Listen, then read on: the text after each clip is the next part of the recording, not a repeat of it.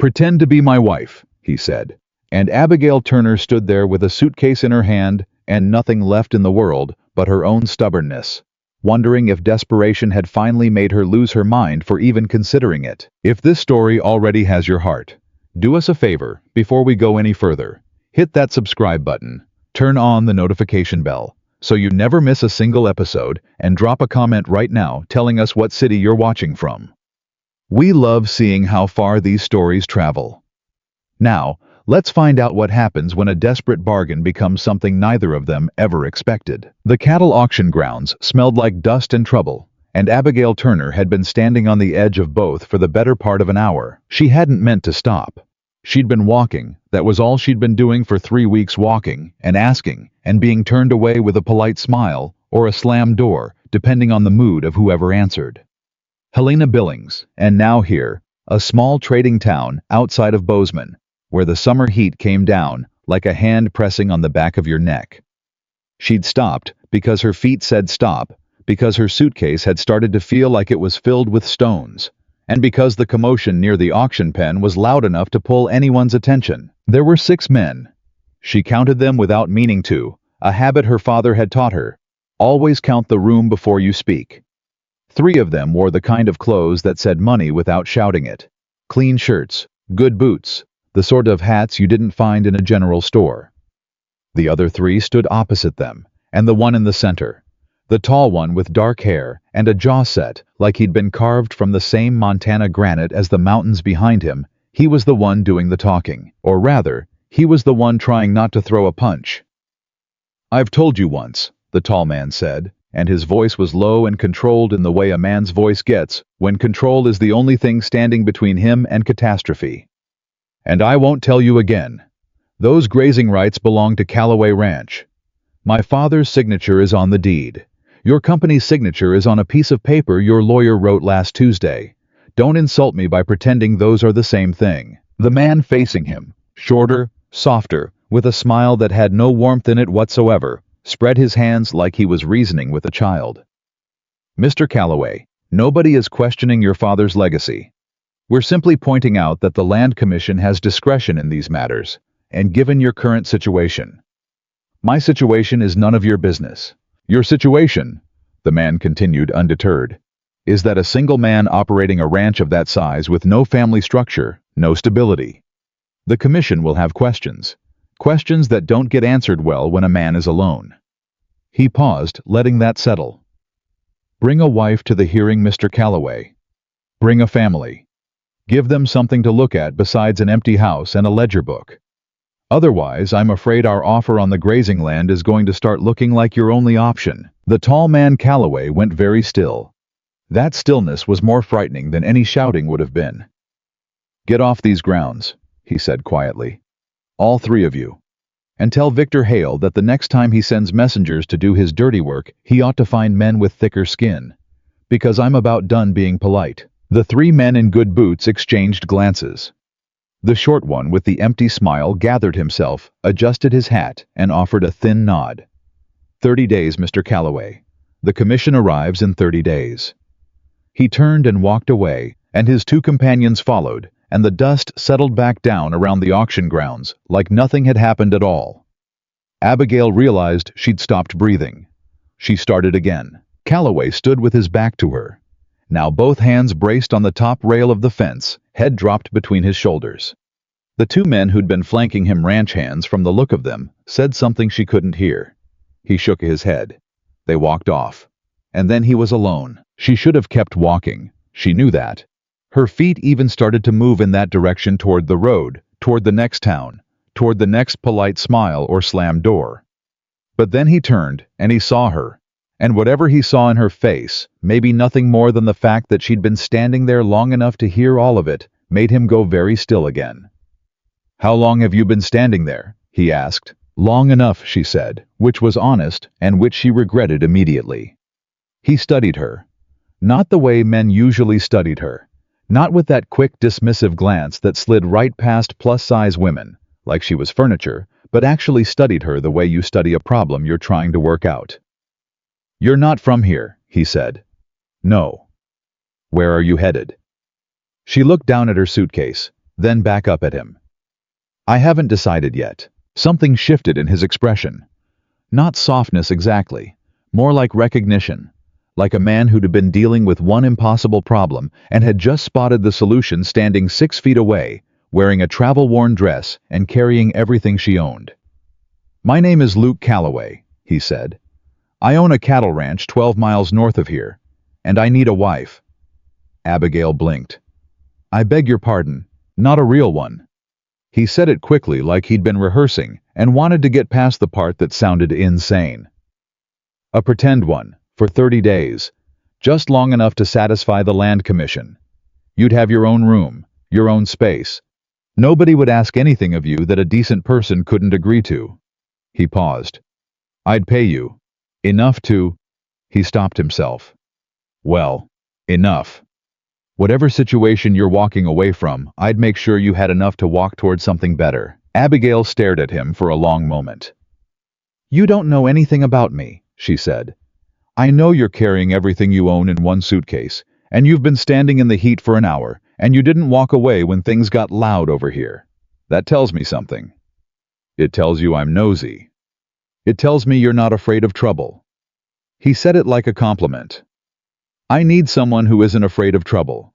The next 30 days are going to be full of it." She should have said no. She knew that. Every sensible piece of her knew it. She'd heard enough of men, like Luke Calloway, wealthy, powerful, accustomed to getting what they wanted to know, that this offer came with edges she couldn't see yet. She'd had enough bad luck in the last 6 months to understand that things that sounded like rescue usually turned out to be a different kind of problem. But she was also out of money. Down to her last $3.40, which she'd counted that morning with the precision of someone who understood that numbers didn't lie even when everything else did. She had nowhere to sleep tonight. She had no job, no family left, no house to go back to. The boarding house her father had spent 30 years building had been sold to pay his debts 2 weeks after they put him in the ground, and Abigail had walked out with a suitcase and a promise to herself that she'd find something. She just hadn't found it yet. "What are the terms?" she asked. Something in Luke Calloway's expression changed, like he'd been holding his breath and she'd just given him permission to let it out. "Separate rooms," he said immediately. "I'll introduce you to the commission and anyone else who comes to the ranch. We attend whatever social gatherings the situation requires. You help me look like a stable household for 30 days. He met her eyes. "At the end of 30 days you walk away with $200 and a letter of recommendation that will open doors for you anywhere in the territory." $200. Abigail kept her face absolutely still, while her heart did something complicated in her chest. $200 was more than she'd earn in a year of domestic work. It was enough to start something real. Rent a room, build savings, maybe eventually get back on her feet in a way that didn't depend on anyone else's charity. "I have conditions," she said. He raised an eyebrow. "You haven't agreed yet." "I'm getting there. Condition 1.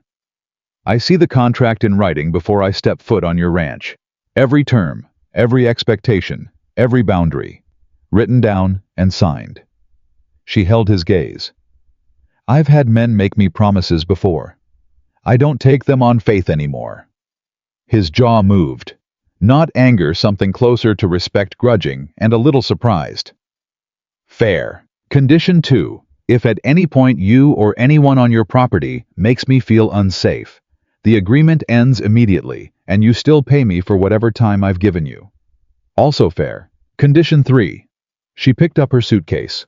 "I don't lie well under pressure, so whatever story we tell, it better be close enough to the truth that I can keep it straight. Because if someone backs me into a corner with questions, I am not going to embarrass myself trying to remember which fiction we agreed on." Luke Calloway looked at her for a long moment. Then slowly something that might have been a smile moved across his face, the first real expression she'd seen from him since this conversation started.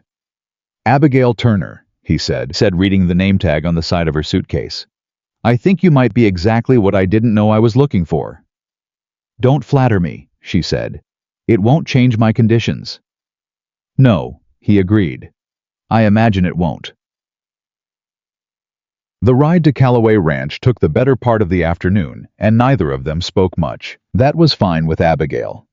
She'd learned years ago that silence was only uncomfortable if you let it be, and she used the time to watch the land and think. Montana in summer was a particular kind of beautiful, the kind that didn't ask your permission, that just rolled out in front of you in every direction and dared you to find something to complain about. The grasslands stretched gold and green under the long afternoon light. The mountains held their distance watching. The sky was the specific shade of blue that only exists at this altitude at this hour, and Abigail found herself thinking that whatever happened next, at least she'd seen this. Luke Calloway sat 2 feet away from her on the wagon bench and kept his eyes on the road. She studied him the way she studied new ledger books, systematically looking for inconsistencies. He was younger than she'd initially thought. 30, maybe 32. The set of his face made him look older, but that was grief, not years. She recognized it because she'd been wearing the same look herself lately. His hands on the reins were steady and capable, the hands of someone who worked, not just someone who owned. She filed that away. It told her something. "Tell me about the land commission," she said when the silence had stretched long enough that breaking it felt productive rather than intrusive. He didn't look at her, but his shoulders relaxed slightly, like he'd been waiting for her to ask something sensible. "State body. They oversee land rights in disputed territories. My father acquired the eastern grazing land 20 years ago. Legitimate purchase properly recorded. After he died 8 months ago, Victor Hale's railroad syndicate started making noise that the land should revert to open territory. Their argument is that Calloway Ranch no longer constitutes a stable family operation. Single male owner, no direct heirs, no evidence of long-term sustainable management." He paused. "It's not a legal argument. It's a political one. And Victor Hale has enough friends on that commission to make political arguments land the way he wants them to. So a wife doesn't just make you look more stable," Abigail said slowly. "It neutralizes the specific language they're using against you." He glanced at her then. "Yes. And you couldn't find someone locally, someone you already knew." The glance became something more complicated. He looked back at the road. "I considered it. There are 3 women in the territory who would have said yes immediately, and every single one of them would have arrived at that ranch expecting the 1 month to become permanent. I can't afford that complication right now. I can't afford any complication that isn't the one I'm already dealing with." He paused again. "A stranger who understands the terms is simpler." "Simpler," she repeated. "That's a very flattering way to describe me." "I didn't mean—" He stopped, looked at her again, and she saw a flicker of something almost like discomfort cross his face, which she found oddly reassuring. "I only meant, I know what you meant, Mr. Calloway." She kept her voice neutral, professional. "I'm a practical solution to a practical problem. That's fine. I prefer honesty to kindness that isn't sincere." She folded her hands in her lap. "Tell me about the ranch, the people on it, what I'll be walking into." He talked for the rest of the ride. She listened the way her father had taught her to listen, not just to the words, but to what sat underneath them. He spoke about the ranch hands with the detached efficiency of a man used to managing people. He spoke about his foreman Hector with something closer to affection, though he clearly didn't recognize it as that. He spoke about his late mother's kitchen garden, mentioned it once quickly, and then moved on with the specific velocity of someone moving away from a grief that still had teeth. She filed all of it away. When Calloway Ranch came into view, Abigail understood why a railroad syndicate wanted it. The house was large, not ostentatious, but substantial, the kind of building that said permanence. The outbuildings were well maintained. The pastures visible from the road were richly grassed, bordered by fence lines that held their lines straight and even. This was not a struggling operation. This was a ranch that had been built to last by someone who understood that the land itself was the real investment. "It's beautiful," she said, and didn't mean to say it aloud. "It is," Luke agreed. And the way he said it, quiet, stripped of any performance, told her more about who he was than anything he'd said in the last 2 hours. The ranch hands did not receive her warmly. She hadn't expected them to, and she was glad of that because women who expect warmth from strangers often aren't prepared for what they get instead. The 6 men who happened to be near the main yard. When the wagon arrived, regarded her with a range of expressions, running from skeptical to openly suspicious. An older one, weather-worn with the deliberate movements of someone who'd learned not to waste energy, stepped forward. "This is Hector Vega," Luke said. "He's been running the day-to-day operations for 15 years. Hector Vega looked at Abigail, the way a man looks at a storm system. He's not sure whether to take seriously. "Ma'am," he said, carefully. "Mr. Vega," she returned, just as carefully. "Abigail will be staying at the ranch," Luke said. "She'll be in the guest room in the east wing. I'd appreciate the same courtesy extended to her that you'd extend to any guest of the family." Hector's eyes went from Luke to Abigail and back to Luke with the speed and precision of a man who'd been reading between lines his whole life. He said nothing. He nodded once, which could have meant agreement or reservation or something in the middle. The other hands said even less. One of them, young sandy-haired with the particular insolence that comes from feeling safe in a group, let his gaze travel over Abigail in a way that wasn't respectful, and she turned and looked at him directly without expression and held the look until he dropped his eyes. That took 6 seconds. She counted. Luke hadn't noticed. She didn't mention it. The house was cooler inside the thick walls, doing the work that good construction always did in this climate. He showed her to the guest room, clean, simply furnished, a window that looked out over the kitchen garden that had been his mother's, and set her suitcase just inside the door, with the particular carefulness of a man who wasn't quite sure what he was supposed to do next. "Supper is at 6, he said. "You don't have to join if you're tired." "I'll join," she said. He nodded, started to leave. "Mr. Calloway." She stopped him without quite meaning to. He turned.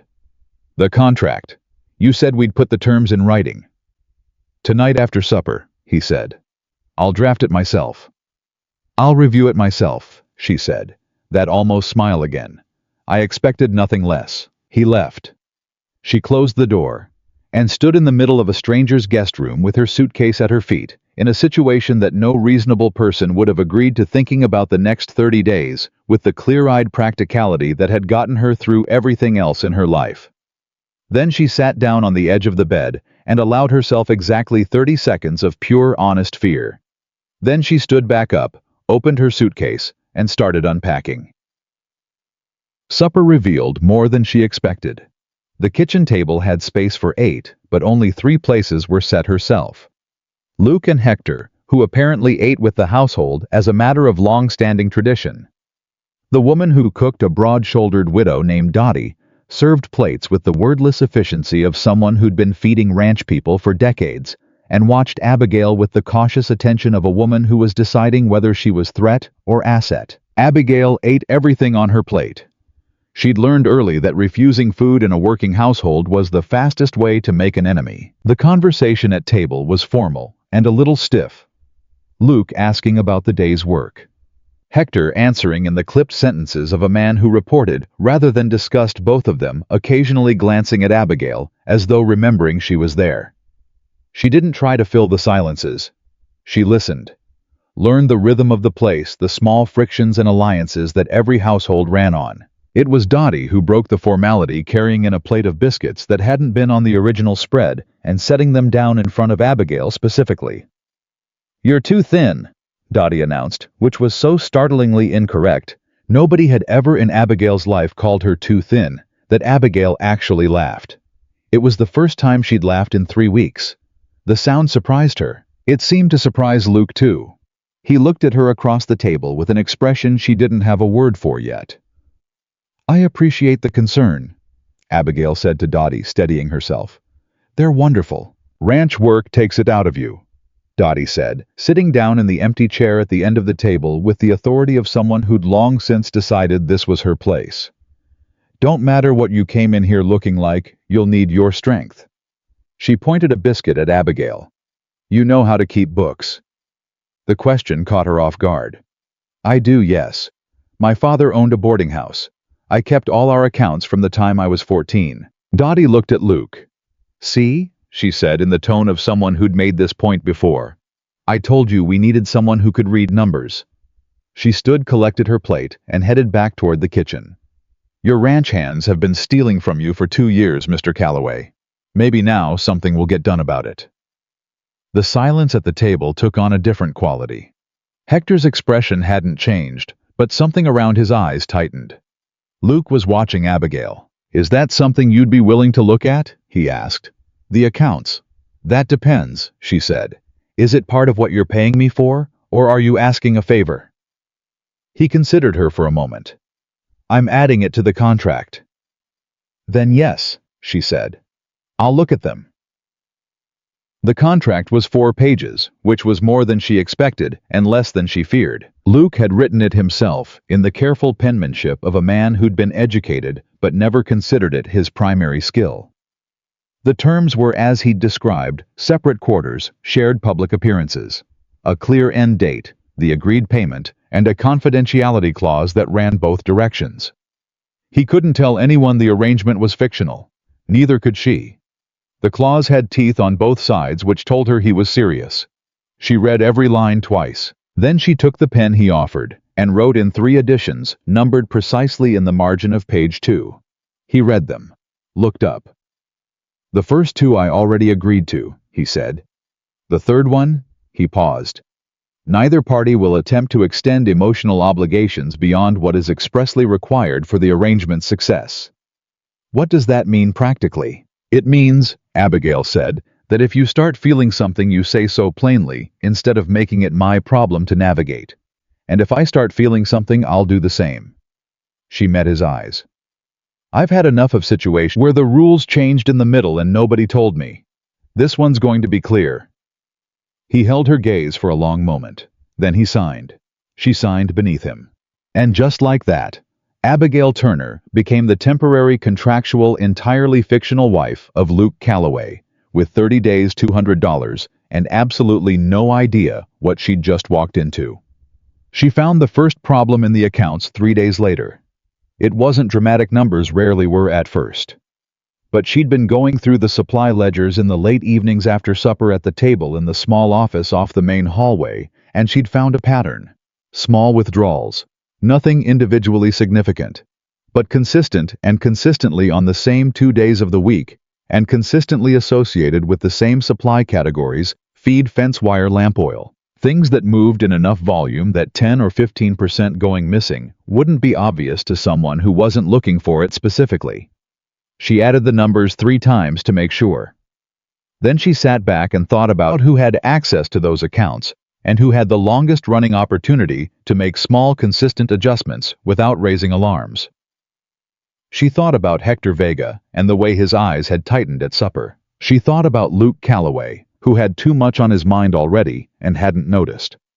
She closed the ledger carefully, set it on the corner of the desk, and went to bed thinking about how to present what she'd found without blowing up the delicate piece of a household that was already operating under pressure.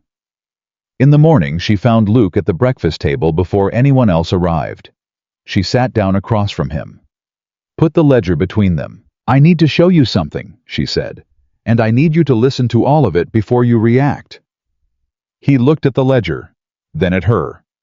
And whatever he saw in her expression made him set down his coffee and give her his full attention.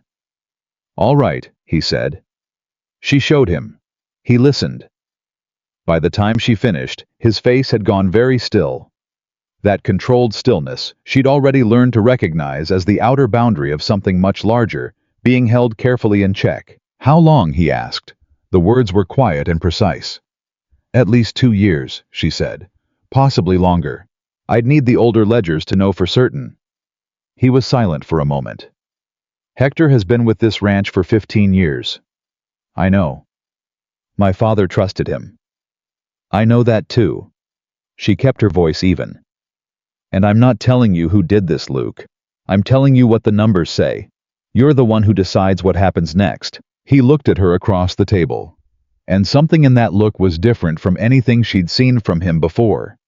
Not the wariness of the first day, not the careful management of the supper table, but something more raw and honest. Like a man who'd just realized the person sitting across from him was paying a different kind of attention than anyone else had been. "Why are you showing me this?" he asked. "It's not in the contract." "No," she said. "It's not." "Then why?" She picked up her coffee, took a sip, set it back down. Because it's the right thing to do, she said. And because whoever is doing this is hurting the ranch. And the ranch matters to you. She paused. That's enough reason for me. He was quiet for a long time. Outside, the morning sounds of a working ranch started up, horses' voices, the distant clang of someone at the smithy. The world going about its business, while the two of them sat in the kitchen with a ledger book between them and a month of pretending stretching out ahead. Thank you, Luke said finally. Just that. But the way he said it, direct and without qualification, told her he meant it in a way he didn't say things lightly. Don't thank me yet, she said. We haven't figured out what to do about it. No, he agreed. We haven't. He reached across the table. Not to take her hand, nothing like that. Nothing that crossed any of the lines they'd both drawn carefully in that 4-page contract. He pulled the ledger toward him and opened it to the page she'd marked, and studied it with the focus of a man applying himself to a problem he intended to solve. Abigail watched him and thought 30 days. She'd signed up for 30 days. She was on day 3, and she'd already done more real work in this house than anyone had asked her to do. And the most honest thing she could say was that she didn't entirely mind. The ledger sat between them for 3 days before Luke did anything about it. Abigail didn't push. She'd learned in the boarding house that a man who'd just discovered a betrayal needed time to circle it. The way you circle a fire that's burned down, checking for anything still hot enough to hurt you before you start moving the ash. She went about the mornings quietly, taking her coffee early, reviewing the older ledgers he'd pulled from the storage room without being asked, building the picture one number at a time. What she found in those older records was worse than she'd told him, not dramatically worse, but the kind of worse that compounds small, consistent theft over 4 years instead of 2, which meant a total loss she estimated at somewhere between $600 and $800. Enough to matter. Enough in a bad season to have made a real difference to the ranch's operations. She sat with that number for a full morning before she decided how to present it, because there was a difference between giving a man information and handing him a lit match. She chose a Sunday evening when the ranch was quieter, when Dottie had gone home and Hector was out doing his final rounds, and Luke was in the main room reading the week's correspondence with the particular frown he wore when the news was mediocre. She sat down across from him without asking, put the relevant pages in front of him without ceremony, and waited. He read. She watched his face do the same controlled stillness thing it always did, that tightening around the jaw that meant something large was being processed in a very small space. 4 years, he said, at minimum. The records before that aren't detailed enough for me to say with confidence. 4 years. He set the papers down, picked them back up, set them down again. My father was alive for 2 of those years. He would have... He stopped, reworked the sentence internally. He trusted the accounts were being managed honestly. Most people do, Abigail said. That's why it works. He stood up abruptly, walked to the window, stood there with his back to her, and she could see the effort in his shoulders, the deliberate work of containing a response that wanted to come out as something loud and physical. She didn't say anything. She'd found that silence was often more useful than comfort in moments like this. I need to know if it's Hector, he said, still facing the window. I can't tell you that from the ledgers. The ledgers tell me what happened to the money. They don't tell me whose hand moved it. Then how do I find out? You change the ordering process, she said, without telling anyone you're doing it. I take over the supply accounts, handle the vendor correspondence myself, create a paper trail that only goes through me. If the shortages stop... She let him finish that sentence in his own head. He turned around. And if they do stop, then you have your answer, without a confrontation that could blow up your entire operation 30 days before the land commission arrives. He looked at her for a long moment. You've done this before. My father had a cook who was stealing from us for 18 months, she said. He didn't want to believe it. I handled it quietly because he couldn't. Luke was quiet. Did it work? She quit 2 weeks after I reorganized the pantry accounts. Never admitted anything. Just quit. Abigail folded her hands on the table. Some problems solve themselves when the opportunity disappears. He nodded slowly, and then he said something she hadn't expected. I'm sorry you had to learn that lesson. She looked at him. He wasn't performing sympathy. She'd been lied to enough to know the difference. He meant it in the plain, direct way he seemed to mean most things. I'm sorry your father built something this good, and someone decided to take from it, she said back, and meant it the same way. They looked at each other across the room for a moment that was a few seconds longer than a practical conversation required. Then Luke said, "All right, do it your way. I'll tell Hector you're taking over the supply accounts to free up his time for operations management." "He won't like it." "No," Luke agreed. "He won't." He wasn't wrong. Hector received the news the next morning with a stillness that mirrored Luke's, but where Luke's stillness came from contained emotion. Hector's had a different texture. Flatter. Harder. Like a wall going up rather than a feeling going down. He looked at Abigail when Luke finished speaking, and what was in that look was not the cautious assessment of the first day. It was calculation. "Of course," he said, pleasantly. "Whatever is most helpful." "Thank you, Hector," Abigail said, just as pleasantly. "I'll need the current vendor contacts by end of week." "I'll have them on your desk tomorrow morning," he said. He did. Every document was perfectly in order, completely accurate, and absolutely useless for finding anything out of place, because anything out of place had been quietly corrected before it reached her hands. She found the corrections, careful erasures, re-inked numbers, a date changed here and there, and photographed them in her memory, and said nothing. The game had shifted, and both of them knew it. What neither of them anticipated was Dottie. Dottie, who had no official role in the ranch accounts, who cooked and served and sat at the end of the table with the authority of 20 years of service, appeared in the office doorway on the third morning after the account transition and set a cup of coffee on the desk beside Abigail's elbow.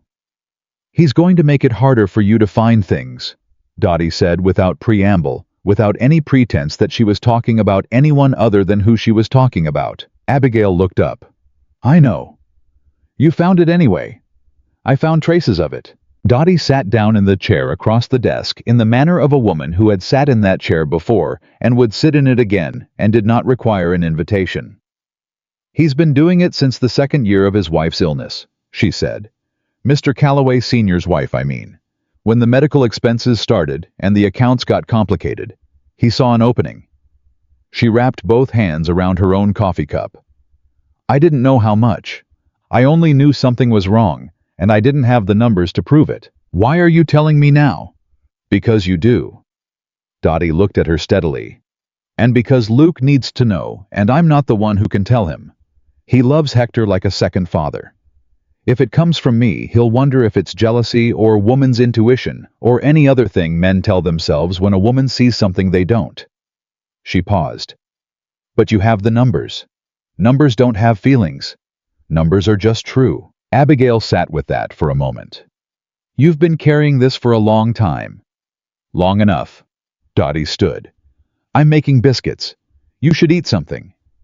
She left, and Abigail sat in the office with her ledgers and her traces and the weight of knowing things that were going to hurt a man who had not, in the 10 days she'd been here, done anything to deserve the hurting. She built the case over the following week with the same patience she'd applied to everything else. Cross-referenced, double-checked. Built a chain of documentation that didn't require her to name anyone. It only required a reader to follow the numbers to the only conclusion they pointed toward. Then she put it in an envelope, sealed it, and left it on Luke's desk on a Thursday evening with a note that said, "Only when you're ready." He came to find her Friday morning before breakfast. His face was the stillness again, but different this time, deeper, older looking, like a man who'd slept badly after reading something that took the ground out from under him. "How long have you known it was him specifically?" he asked. Dottie confirmed what the numbers suggested, she said. "I didn't want to tell you until I had it documented clearly enough that you couldn't talk yourself out of it." "I might still try," he said, low and honest. "I know. That's why I documented it so carefully." He stood in the kitchen doorway and looked at her and said nothing for a moment. Then roughly, "He was at my father's side when he died. He helped carry the coffin." "I know," she said softly. "It doesn't change the numbers." "No, it doesn't." He pushed off the doorframe. "I'll handle it." "I know you will." He did. She didn't ask him what was said between them. He didn't offer. What she knew was that Hector Vega was gone from Calloway Ranch by sundown on that Friday quietly without a scene, and that Luke came to supper that evening looking like a man who'd done something necessary that had cost him something he couldn't get back. The ranch hands sensed the shift without knowing the cause. You couldn't remove a man who'd been the spine of an operation for 15 years without every person on the property feeling the adjustment in their bones. There was more watching at supper, more careful behavior, more people noticing Abigail, which was a change from the careful not noticing of the first week. The young sandy-haired hand, whose name she'd since learned was Pete, approached her after supper on Saturday evening. She was in the kitchen helping Dottie dry dishes because she'd found that working beside people was usually the fastest way to understand them, and also because she was someone who couldn't sit still when her hands were free. "Is it true you found the problem with the accounts?" Pete asked from the doorway, with the deliberate casualness of someone who'd practiced the question. "Why do you ask?" Abigail said without looking up from the plate in her hands. "People are saying things. People generally do." He was quiet a moment. Then, with less bravado and more actual curiosity, "You're not what I expected." She looked at him then. "What did you expect?" He shrugged, which was honest. "Someone who'd come here and sit pretty and let Mr. Calloway handle everything." She said. She handed him a stack of dried plates. "Those go in the second cabinet." He took them automatically, and then looked at the plates in his hands, and then at her with the slightly startled expression of someone who'd just been put to work without quite agreeing to it. Dottie made a sound that was very much like suppressed laughter. From that evening forward, Pete was the first of the ranch hands to extend something like genuine courtesy. It was a small thing, a nod at breakfast holding the barn door when she passed, but it had its effect. Things that start small on a ranch have a way of spreading quietly like water, finding level, and within another week, the atmosphere of the main yard had changed in ways that were hard to pin down precisely, but impossible not to feel. 3 weeks into the month, Abigail reorganized the food stores. It wasn't dramatic. She'd been noticing in the way she noticed everything that the kitchen supply system was inefficient orders, duplicated some items understocked, while others accumulated beyond use. Meals limited to the same 6 rotating options, because that was what the current system supported. She spent a Saturday redrawing the ordering rotation cross-referencing with Dottie's actual cooking patterns, and presented Dottie with a new system on Sunday morning over coffee. Dottie studied it for 10 minutes without speaking. Abigail waited. "This would work," Dottie said finally, like she was admitting something against her better judgment. "This would actually work. I thought it might.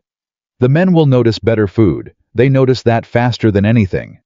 That's the idea." Dottie looked at her over the rim of her coffee cup with an expression that had moved well past provisional into something that might in another month become genuine warmth. "What are you doing here, Abigail?" she said, and the question was not hostile. It was something closer to baffled appreciation. "Really?" "Helping," Abigail said simply. "You could help plenty of places." "I'm helping here," she said, and left it at that. What she didn't say, what she was only beginning to understand herself, was that Calloway Ranch had started to feel less like a temporary shelter and more like a place that had needed her specifically. Not her in the way places needed muscle or money, but her in the way that some households need one person who pays attention to everything and says something when it matters and doesn't need to be thanked for it to feel like it was worth doing. She'd been that person in her father's boarding house for 15 years. She hadn't realized until it was gone how much of herself she'd organized around it. She was starting to recognize the shape of it here, which was, she told herself firmly, a reason to be careful. 30 days. She'd signed up for 30 days. The fact that those 30 days were beginning to feel like something she'd live inside for a long time did not change what was written in the contract they'd both signed.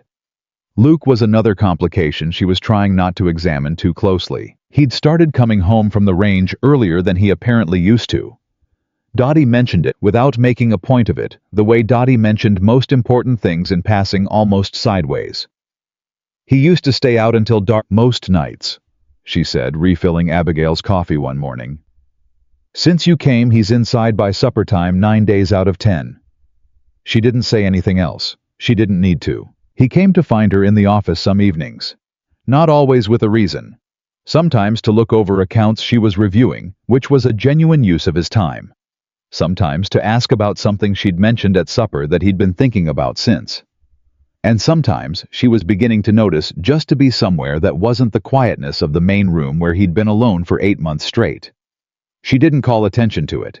She just made room. One evening, about 22 days in, she was reviewing a particularly complicated feed bill when he sat down across from her with 2 cups of coffee, pushed one toward her, and said without any lead-in, "What are you going to do with the $200? She looked up. "What?" "When the month ends. What are you planning to do with it?" She set down her pen. It was a real question asked in the direct way he asked real questions, and it deserved a real answer. Find a place to rent in a town large enough to have a school board or a county office. Offer my bookkeeping services. Build a client base. She paused. Save enough to put down on something of my own eventually. A boarding house, he said. She hadn't told him that's what she'd been thinking. Maybe. Like your father's. Smaller, she said. More organized. She almost smiled. Fewer leaks in the roof. He turned his coffee cup in his hands. You're good at this, he said. The accounts, the supplies, the way the hands have. He stopped. Restarted. The way the ranch feels is different than it did 3 weeks ago. Dottie told me the men have started eating everything on their plates instead of complaining about the food. She said that's never happened before.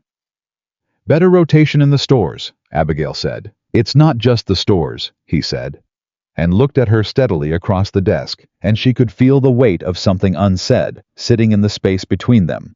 Something that had been building quietly for 3 weeks, in the same way that small, consistent adjustments in an accounting ledger could build into something significant before anyone thought to add them up.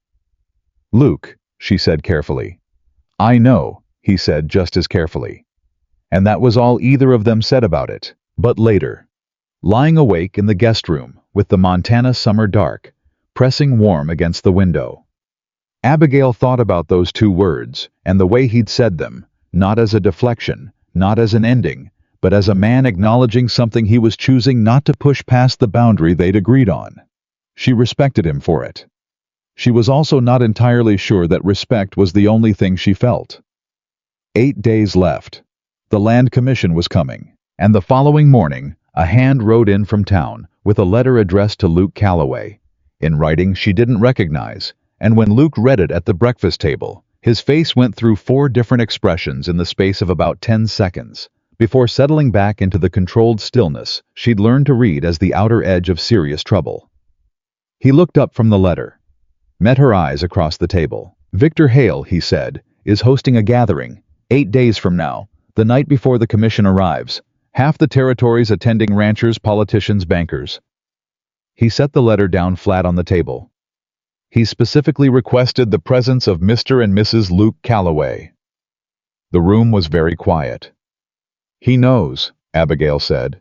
Not a question. He suspects, Luke said. There's a difference. Not much of one. No, he agreed. Not much. She looked at the letter, then at him, and understood without either of them having to say it that the 30 days of careful quiet work they'd been doing, the accounts, the household, the slow building of something that felt against all reasonable expectation, like a real life, had just reached the moment where all of it would be tested at once. All right, she said. He raised an eyebrow. All right, we go to the gathering. She picked up her coffee. We walk in there together and we give them nothing to use. She held his gaze steadily. How good are you at pretending everything is fine when it isn't? Something moved in his eyes, something that looked for just a moment like it might be the beginning of that almost smile. I've had 8 months of practice, he said. Good, she said. So have I. She set her coffee down, picked up her pen, went back to the feed bill. The numbers didn't care about Victor Hale. The numbers were just true. But 8 days suddenly felt like a very short time, and the line between what was real and what was pretend had been getting harder to find for a while now. And somewhere in the back of her mind, Abigail Turner was beginning to understand that the contract she'd signed 3 weeks ago, The clean, practical, careful 4-page contract with her 3 margin conditions was no longer entirely the document that described the situation she was actually living in. She added up the column twice to make sure she got the same answer. She did. She wasn't sure whether that was reassuring or not. 8 days felt like 8 minutes. Abigail spent them the way she spent everything that mattered, methodically, without wasted motion, doing the work that was in front of her, while keeping one eye on what was coming. She reviewed the remaining accounts. She finalized the supply rotation with Dottie. She helped Pete and 2 of the other hands reorganize the fence schedule so the eastern pasture would be in the best possible condition when the commission rode through. She did all of this because it needed doing, and because staying useful was the only way she knew to stay steady when something frightening was on the horizon. She also in the evenings practiced, not out loud, not in any way anyone would have noticed. But she went back through everything she and Luke had told each other in the past 3 weeks. The real things, the actual details of their actual lives, and she built it into a story that was true in every particular, because the best version of what they had to present at Victor Hale's gathering was not a performance. It was a selection. Choose the real things. Arrange them in the right order.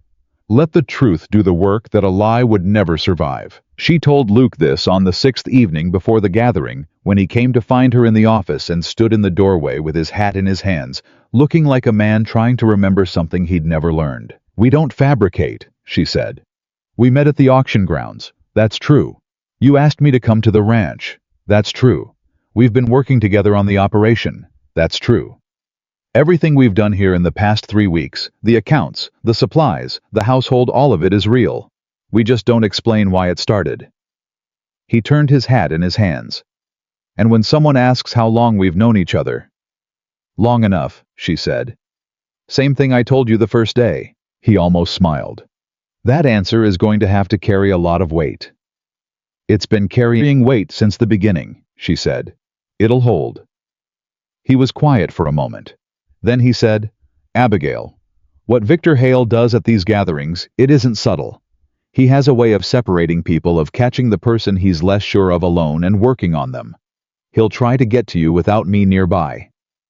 "I know. He's not—" Luke stopped. Restarted with the directness that was the most reliable thing about him. "He's not kind about it. He uses whatever he can find. Personal things, appearance, history. Whatever he thinks will make someone fold." She looked up at him from the desk. "Luke, I have spent 25 years being the person that other people overlooked, underestimated, or decided wasn't worth taking seriously." She held his gaze evenly. "Victor Hale is not the first man who's tried to make me feel small. He won't be the last. And he will not be the one who succeeds."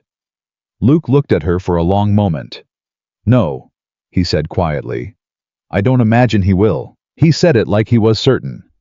Like he'd watched her for 3 weeks and arrived at a conclusion that did not have room for doubt. And the steadiness in his voice did something to her chest that she categorized quickly as irrelevant and moved on from, because there were still 2 accounts to reconcile before she slept. The gathering was on a Saturday evening, and Dottie arrived at the ranch that morning without being asked, carrying a dress pressed and wrapped in brown paper that she set on Abigail's bed without ceremony. "It was mine," she said. "Years ago. I was about your size then." She turned to go. "Dottie." Abigail stopped her. "You didn't have to do this." "I know I didn't." Dottie didn't turn around, but her voice was gruffer than usual, which was how she expressed most things that cost her something. "You've been good for this place. Good for him." A pause. "Wear it well." She left. Abigail stood in the room, looking at the wrapped dress for a long moment, doing the thing she allowed herself sometimes, just feeling something without immediately making it useful. Gratitude was the largest part of it.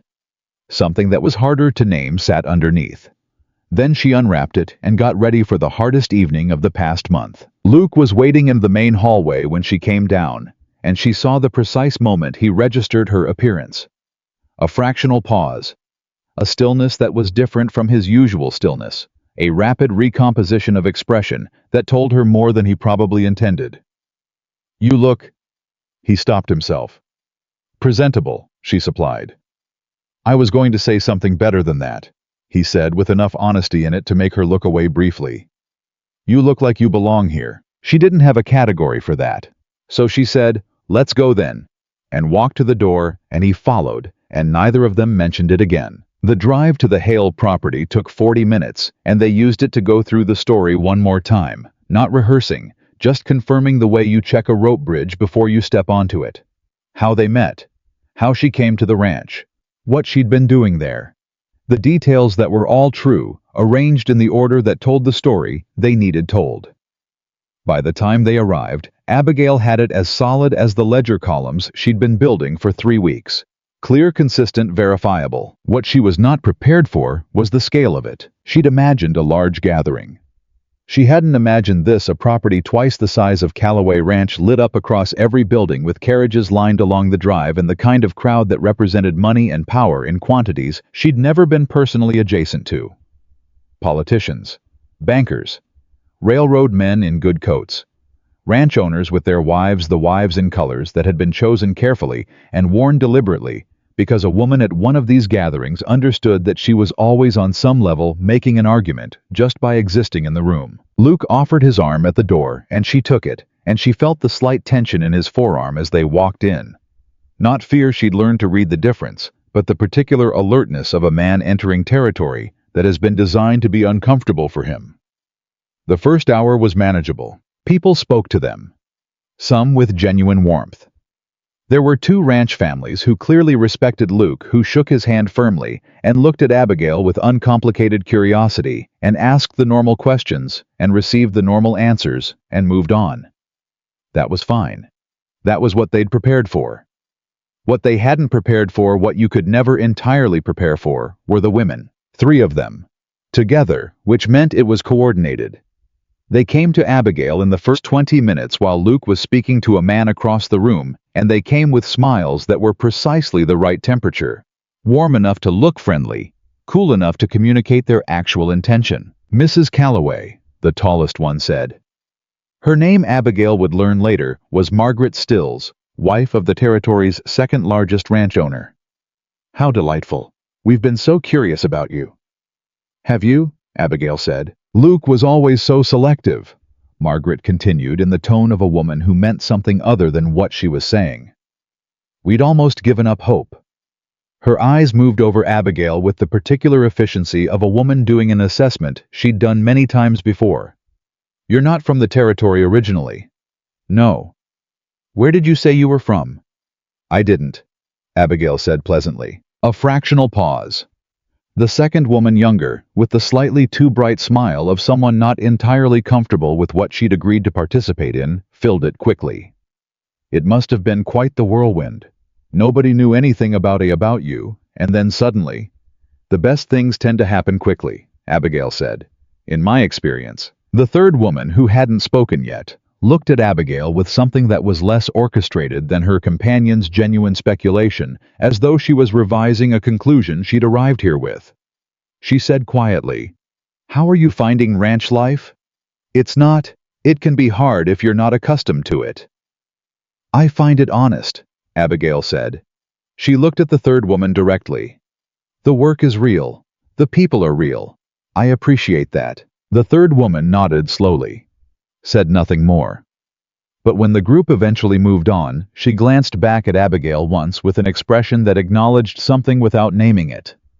Luke found her 10 minutes later. How bad? He asked low under the noise of the room. Manageable, she said.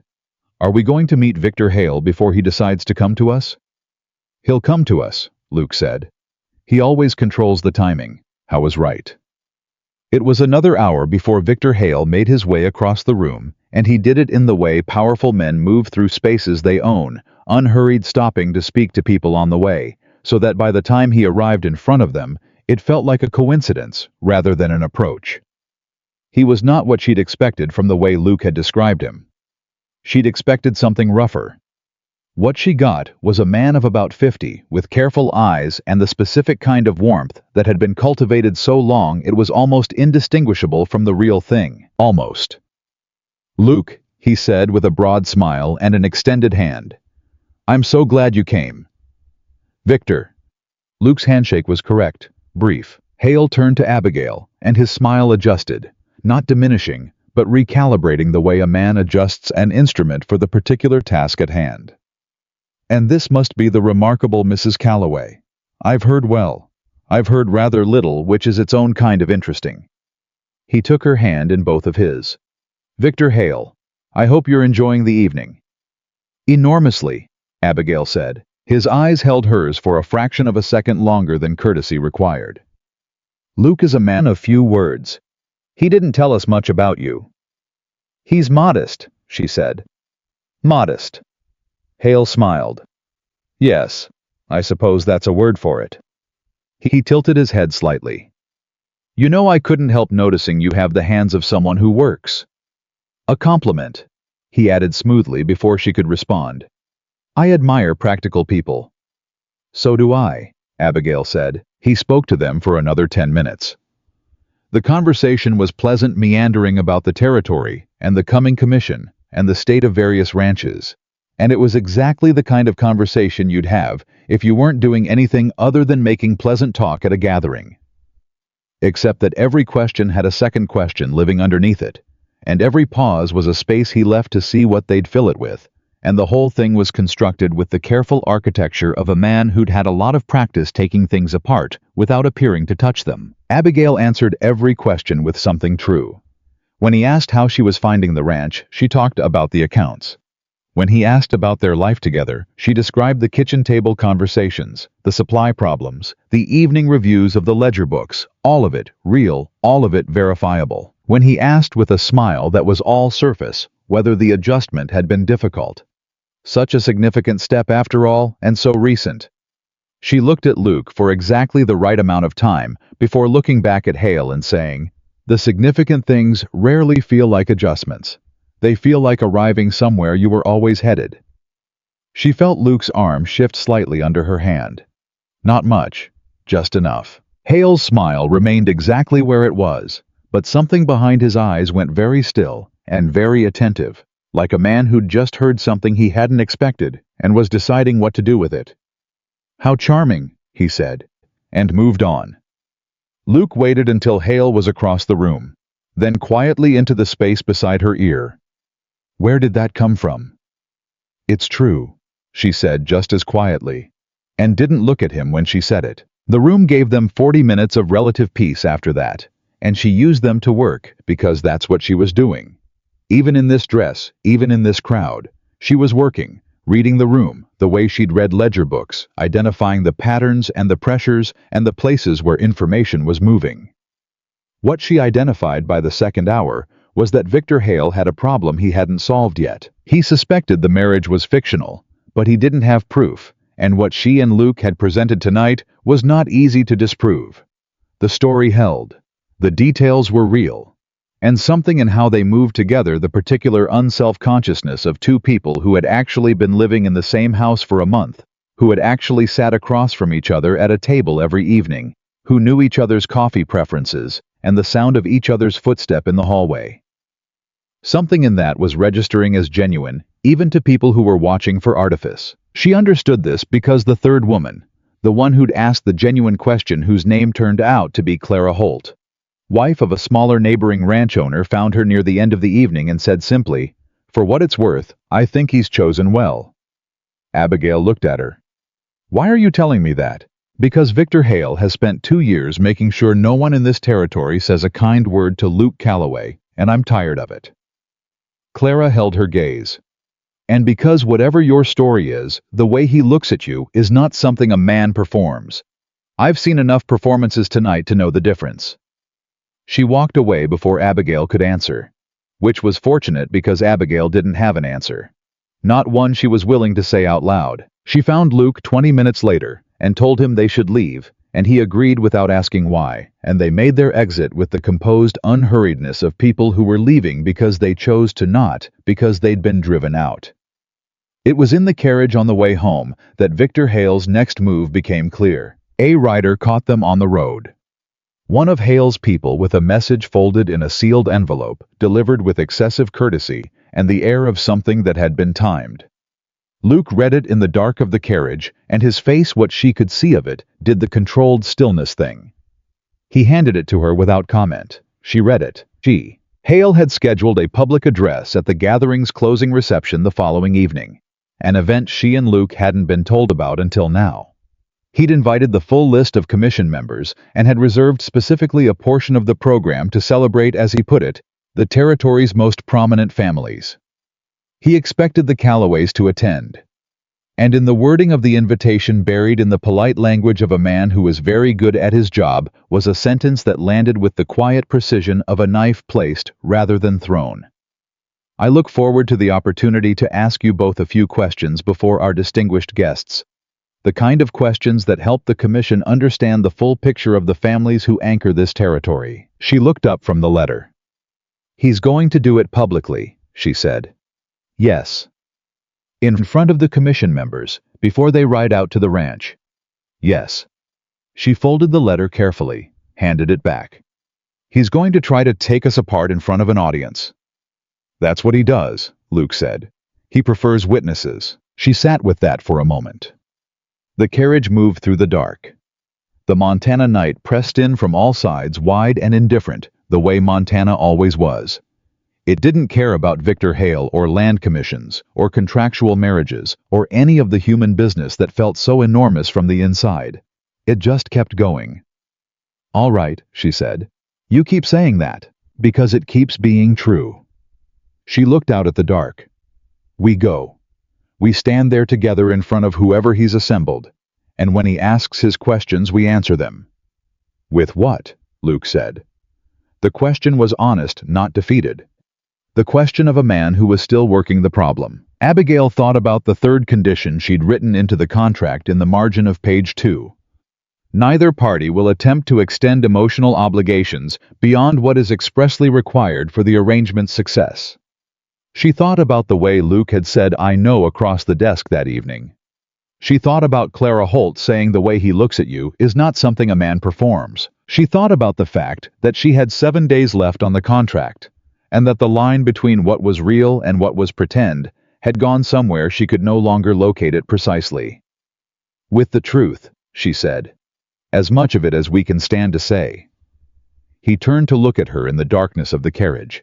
She kept her eyes on the road ahead. Abigail, he said. Her name and his voice had started to sound different than it did in the first week. She'd been noticing it and declining to examine it. What this has become. Luke. She stopped him gently, the way you stop something that's moving toward a ledge before it gets close enough to fall. Let's get through tomorrow evening first. He was quiet. Yes, he said finally. All right. The carriage rolled on through the dark. 7 days. A public reception. A man who was very good at taking things apart. And something between the two of them that neither of them was naming, because the contract said not to, and because naming it meant deciding what to do about it, and they were both practical enough to know that was a decision that needed to wait until they weren't in the middle of a fight for everything Luke had spent his life working toward. But it was there. It had been there for a while. And when Victor Hale stood them up in front of those commission members tomorrow evening and asked his careful, weaponized questions, the answer that was going to be hardest to keep from showing on her face was the one she'd only just admitted to herself. She wasn't pretending anymore. She wasn't sure she'd been pretending for quite some time. And she had 7 days left on a contract that said this was supposed to be temporary. She didn't sleep. Not really. She lay in the guest room with the window open and the Montana dark pressing in warm and heavy.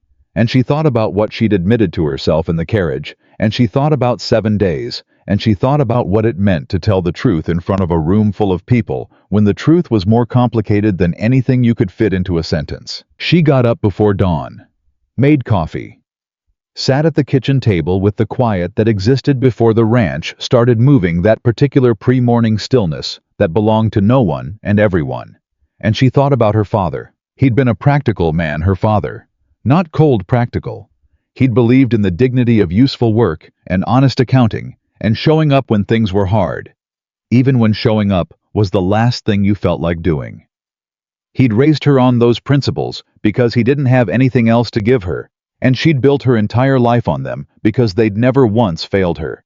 She tried to apply them now. The practical facts were these: she had 7 days on the contract.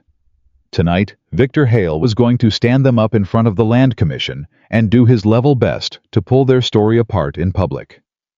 If he succeeded, Luke lost the grazing land, and everything he and his father had built got handed to a railroad syndicate that had never earned a single acre of it.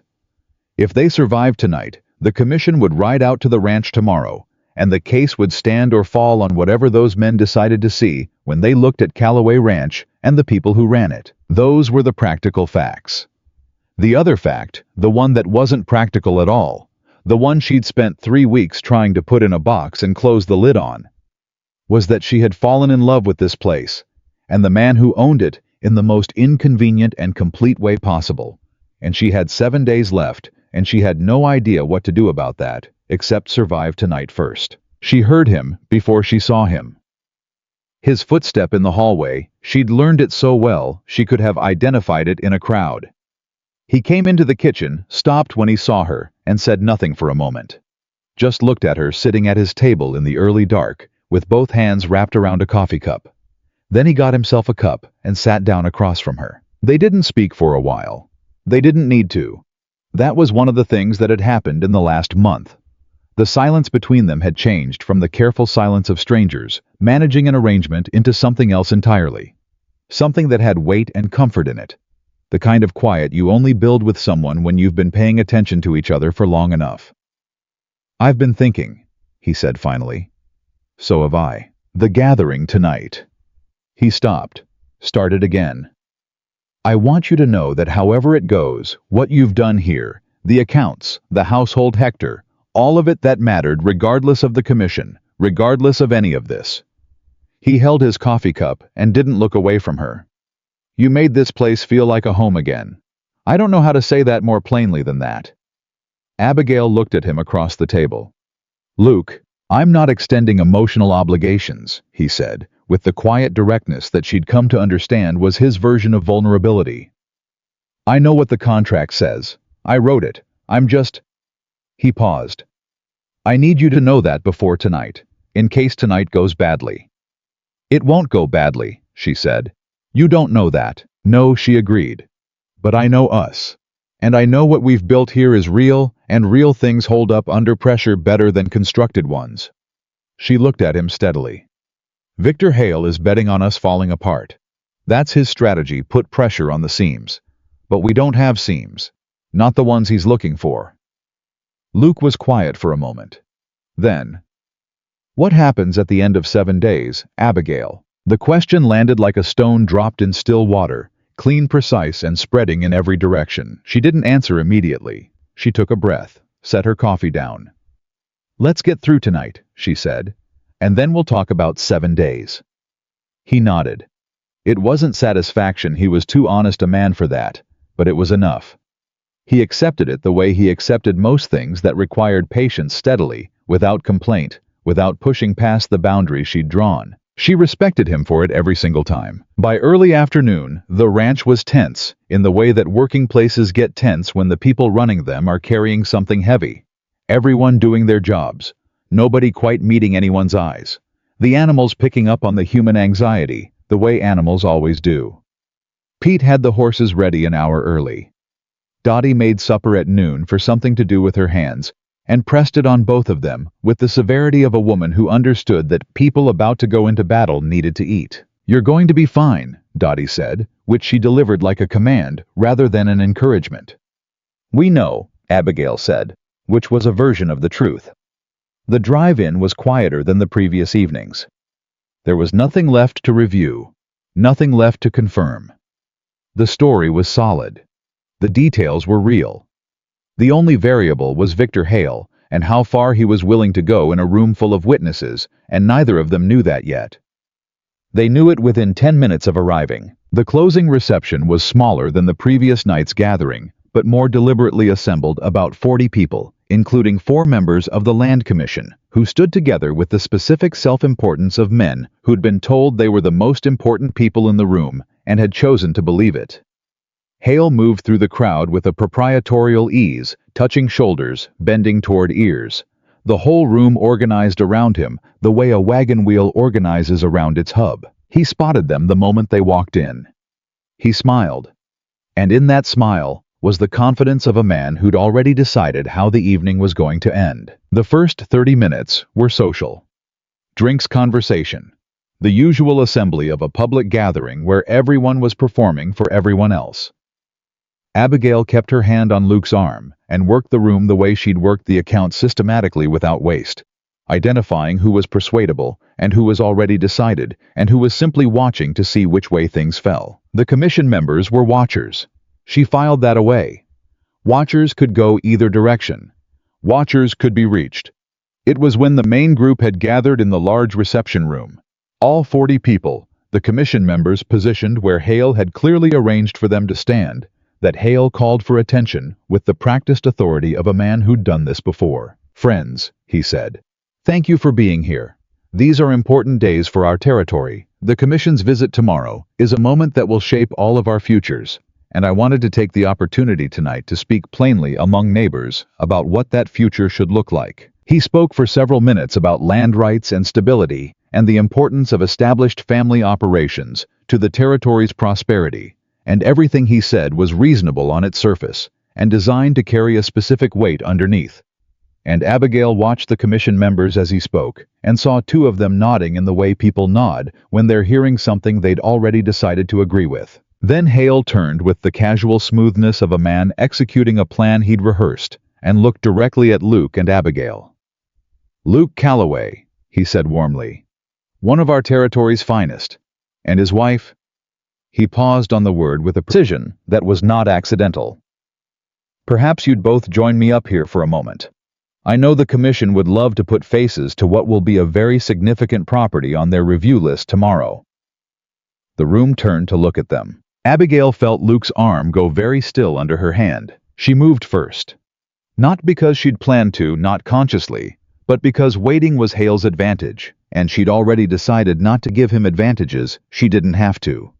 She walked forward with the composure of a woman who had been asked a perfectly reasonable thing and was perfectly willing to comply, and she felt Luke beside her almost immediately matching her pace, and together they walked to the front of the room while 40 people watched. Hale extended his hand to both of them with every appearance of hospitality.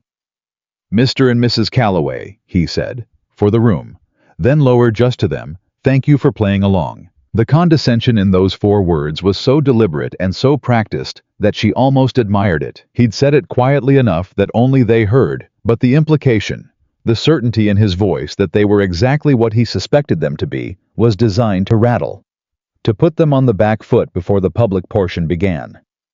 Luke's expression didn't change, neither did hers. "Of course, Victor," she said at a volume that was entirely audible to the nearest commission member. "You've been such a gracious host." Hale's smile stayed where it was. He turned to the room. The question started pleasantly. How long had they known each other? How they were finding the management of the ranch? Standard things graciously asked with the commission members listening and the rest of the room watching. Luke answered some of them. Abigail answered others. They answered some together the way people do when they've been sharing a life long enough that the answers belong to both of them. Then Hale shifted. "I hope you'll forgive an old man's curiosity," he said to the room as much as to them, with a smile that invited everyone to lean in. "But I confess I've been trying to place Mrs. Calloway. Your family, my dear, you're not from the territory originally. Where exactly did you come from?" "Outside of Billings," she said, which was accurate. "And your people, your family?" "My father passed earlier this year. My mother when I was a girl." "I see." The sympathy in his voice was performed with impressive accuracy. "No brothers, sisters?" "No." "And before you came to the territory, you were working in some capacity?" "I managed my father's boarding house," she said. He nodded as though she'd said something informative. "A boarding house." He let that sit for a second too long. "And when exactly, forgive me, I'm an old man, and I do lose track, when exactly did you and Luke—" "We met at the cattle auction grounds in late June," she said, clearly, without hesitation. "Ah." He looked at Luke. Love at first sight, was it? I knew immediately that she was exceptional, Luke said. And he said it with the flatness of a man stating a fact, not performing a sentiment. And something in that flatness was more convincing than any declaration would have been. 3 people in the front row shifted slightly. She caught it from the corner of her eye. Hale let the moment breathe. Then he said pleasantly to the room at large, "Isn't it remarkable how quickly these things can happen? 1 month is it, Luke, and already such a sense of establishment." The word landed with its intended suggestion that a month was too short to be real, too quick to be trusted, too convenient to be coincidence. The room felt it. She felt the shift, the attention sharpening, the commission members exchanging a glance. Hale pressed it. "I only ask because, and please understand, I ask this in the spirit of ensuring the commission has all the information they need. The timing is interesting, isn't it? You, Luke, in need of satisfying a stability clause in the land review. And you—" He turned to Abigail, and here was where the real weapon was. Here was where he'd been aiming all along. Arriving at the ranch with no family, no position, no resources, and becoming Mrs. Calloway within weeks. It's the kind of story that captures the imagination. He spread his hands. "I'm sure the commission would love to understand it better." The room was very quiet. He'd done it. He'd put it out there in the open in front of witnesses wrapped in courtesy and reasonable questions. And now the only thing between them and a room full of people drawing exactly the conclusion he'd been guiding them toward was whatever they said next. Abigail felt Luke draw breath beside her. She stepped forward. Not because she'd planned it, not because it was the strategic move, because something in her had reached the end of the long, patient distance she'd been keeping between what she felt and what she said, and the thing that Victor Hale had just done, using her history, her losses, her lack of family as a weapon, weaponizing the very thing she'd survived. That thing had burned through the last of her restraint cleanly and completely. "You're right," she said to Hale, to the room, to the commission members, to all of them. Her voice was steady, clear. "The timing is interesting. A woman with nothing left walks into a cattle auction and meets a man who needs something she can give. That is exactly what happened." She looked at Hale directly. "What you're suggesting is that something practical can't be something real. That help freely given isn't worth trusting. That 2 people who find each other at the worst possible time." She paused for exactly a breath. That's somehow less than what you'd find in a 30-year arrangement built on land and convenience, and everyone agreeing not to look too closely at each other's motivations. The silence in the room took on a different quality. "I came to Calloway Ranch with a suitcase and $3.40, she said. "I found a household that needed someone who paid attention. I found an operation being quietly robbed by someone trusted for 15 years, and I documented every cent and presented it clearly, and then let the man who ran the ranch decide what to do about it." She didn't look away from Hale. "I reorganized the food stores and the supply accounts and improved the efficiency of the operation measurably. I learned the names of every hand on the property within 4 days. I sat at the table, and I did the work, and I was honest about everything I saw." She let that settle. "And in the middle of all of that, I fell in love with a man who is the most genuinely decent person I have met in 25 years of paying attention to people." The room was completely still. She heard Luke's sharp intake of breath beside her. She didn't look at him, not yet. She kept her eyes on Hale. "So yes, Mr. Hale," she said quietly. "The timing is interesting. Most true things are." Victor Hale looked at her with the expression of a man whose plan has just been taken apart by someone he'd significantly underestimated. The silence held for 2 full seconds. Then, one of the commission members, the oldest one, a heavy-set man with white side whiskers, who'd been standing slightly apart from his colleagues, cleared his throat and said, "Well?" He looked at Hale. "I think that answers the question rather completely, Victor." The other commission members shifted. One of them was looking at Abigail with an expression that was not skepticism. Clara Holt, standing near the back of the room, had both hands pressed together in front of her mouth. Hale gathered himself. He was too practiced to show the hit directly, but she could see the adjustment happening behind his eyes, the rapid reassessment, the search for the next move. "Of course," he said warmly to the room. "Of course, I meant no. Victor. Luke's voice was quiet and absolute.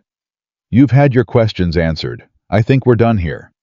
He offered Abigail his arm. She took it, and they walked out of Victor Hale's reception together in front of every commission member and ranch owner and banker and spectator in the room, with the unhurried certainty of two people who had nothing left to pretend about. They didn't speak in the carriage. There wasn't a way to begin. Everything she'd said in that room was still in the air between them, real and irrevocable, said in front of witnesses, said in the way things get said when there's no longer any reason to hold them back. She sat with it with the clarity and the terror of having told a room full of strangers something true that she hadn't yet told him directly. He broke the silence first. You said you fell in love with me. I said it in front of 40 people, she said. So yes, I did. In front of the commission members. And their wives. And Victor Hale. Especially Victor Hale. He was quiet for a moment. Was it true? She looked at him then for the first time since the reception room. His face in the carriage dark was open in a way she'd never seen it. No performance, no management, just the man himself sitting there with all the walls down. Yes, she said, simply. He reached across the seat and took her hand.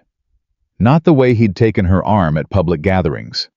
Not the practiced, careful neutrality of two people maintaining an agreed-upon appearance. He took her hand the way a man takes the hand of someone he's decided to hold on to, with a sureness and a warmth that had nothing to do with land commissions or contracts or any of the machinery that had brought them to this carriage on this road on this particular evening. Neither of them said anything else for the rest of the drive. They didn't need to. They arrived back at the ranch to find Dottie still in the kitchen, which meant she'd been waiting because Dottie went home by 8 o'clock every other evening without exception.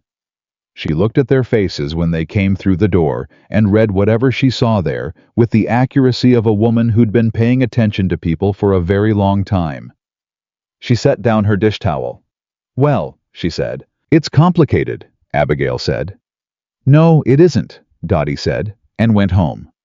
They stood in the kitchen, in the quiet of the house, and Luke still had her hand, and the contract was still technically in force for 6 more days, and the commission was still riding out in the morning, and Victor Hale was almost certainly in the middle of his next move. None of that had been resolved. All of it was still coming. But in this kitchen, in this moment, with her hand in his, and the long pretending finally finished, Abigail Turner understood that some things resolved themselves not through planning or patience or careful documentation, but simply through two people running out of reasons to keep their distance. The commission is here in the morning, she said. Yes. We should sleep. Yes. Neither of them moved for a moment. Then Luke said, Abigail, I have 6 days left on the contract I wrote. He looked at her steadily. I want to rip it up right now. She looked at him. At his face, which she'd been reading for a month, the stillness, the almost smile, the specific way his jaw set when he was holding something back. She knew this face. She'd been paying attention to it when she didn't mean to be. Not yet, she said softly. Let's save the ranch first. Then tear up the contract. He looked at her for a long moment. Then something in his face shifted the last of the weight he'd been carrying, lifting or at least rearranging into something he could stand more easily. Together, he said. Together, she said. She let go of his hand. Went to the office. Pulled the current commission documentation files from the drawer. The deed records, the account, summaries, the reorganized supply reports she'd been building for 3 weeks. The complete financial picture of a ranch operating at its best, because someone had finally looked at it closely enough to fix what was broken. She spread it on the desk. Luke sat down across from her, and they worked through the night side by side, preparing the case that would be made in the morning. Real evidence, real numbers, real proof of what Calloway Ranch was and what it was worth and who it belonged to. Two people who'd started as strangers and a contract building something together that had long since become something the contract couldn't contain. Outside, the Montana dark held its vast indifference. Inside, the lamps burned steady, and 6 days on a piece of paper that no longer accurately described their situation ticked quietly toward a morning that would decide everything except the one thing that had already been decided in a carriage on a dark road when she'd told the truth and he'd reached across the seat and held on.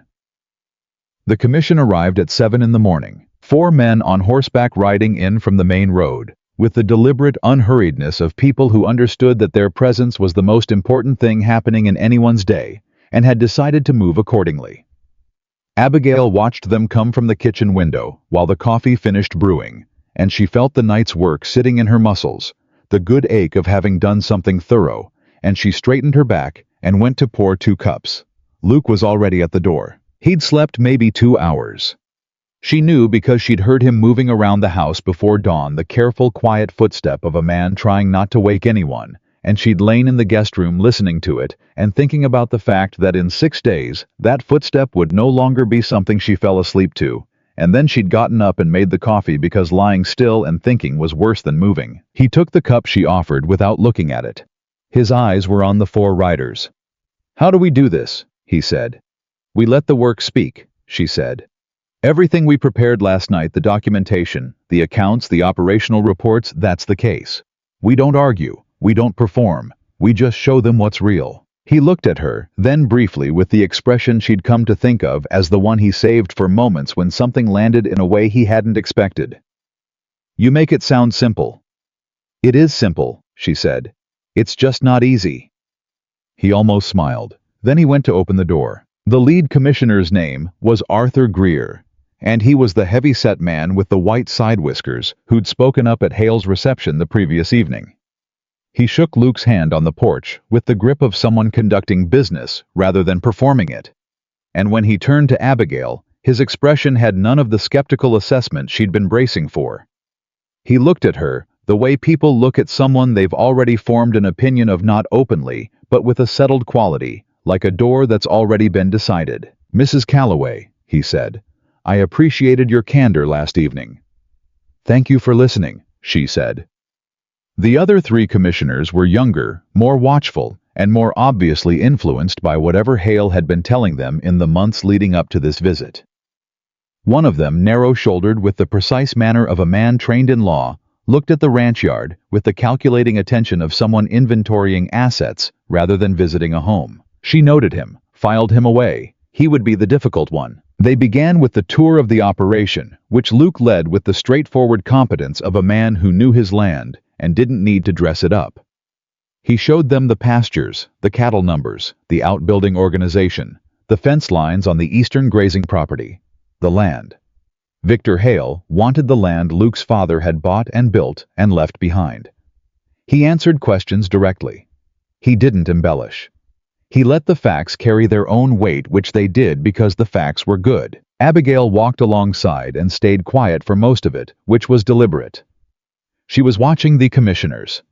Watch Luke, reading the signals, where their attention sharpened, where it softened what they were measuring, and whether the measurements were coming back in Luke's favor.